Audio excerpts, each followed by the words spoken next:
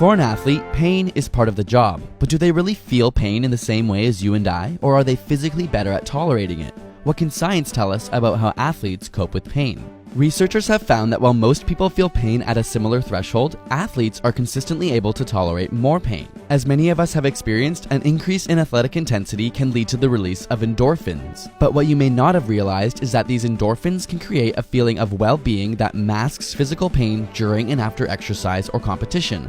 On top of this, studies suggest that deeply concentrating on a specific skill or sport increases the ability to cope with intense pain.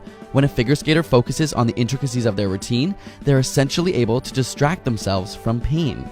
But even with some anecdotal evidence, the scientific mechanism for why this works is still unknown. One famous study looked into pain management by isolating young dogs from the outside world. Amazingly, when these canines were subjected to pain afterwards, they barely reacted.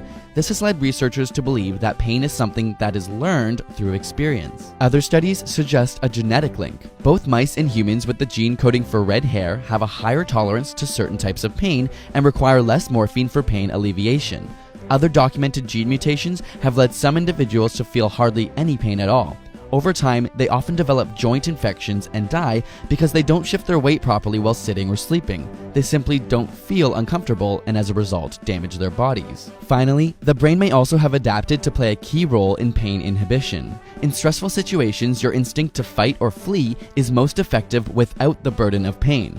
As a result, your brain numbs the sensation of pain when under intense stress. Using this theory, scientists discovered that athletes were least susceptible to pain on the day of a competition. With their fight or flight response stimulated, they can push harder and cope more effectively with physical pain through events. So while it's not fully understood how athletes are so well suited to deal with pain, science says it's likely a complex blend of genetics, training, and environment, because sometimes coping with pain is gain.